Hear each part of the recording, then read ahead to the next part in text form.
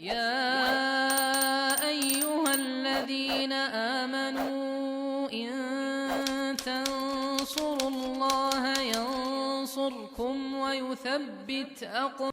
Ya, salat istikharah memang salah satu salat sunnah yang dianjurkan.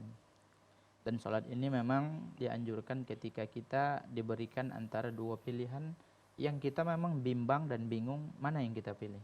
Ya, umpamanya ditawarkan ya terhadap dua orang wanita yang mungkin sama-sama solehah, maka kita bingung, maka minta petunjuk kepada Allah, ya.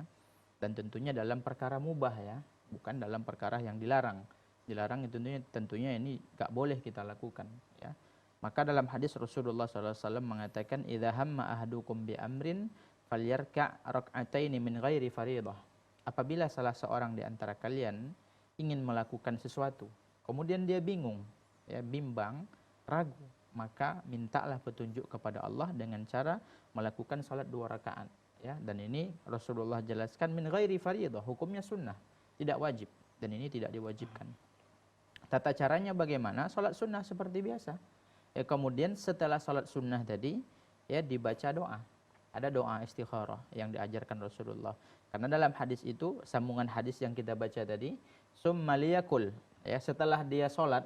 Ya, jadi para ulama mengatakan setelah dia sholat, dia angkat tangannya, kemudian dia membaca doa istikharah. Jadi tidak mesti tidur dulu. Kapan waktunya? Boleh dilakukan kapan saja. Ya, boleh dilakukan malam, siang, pagi, sore. Yang penting ya dilakukan dengan syarat-syarat sholat biasa. Kemudian dia baca, Allahumma inni astakhiruka bi'ilmika wa astaqdiruka biqudratika fa innaka ta'lam wa la a'lam. Allahumma in kunta ta'lam anna hadzal amra li, sampai terakhir. Baca doanya. Harus hafal doanya. Ya, wallahu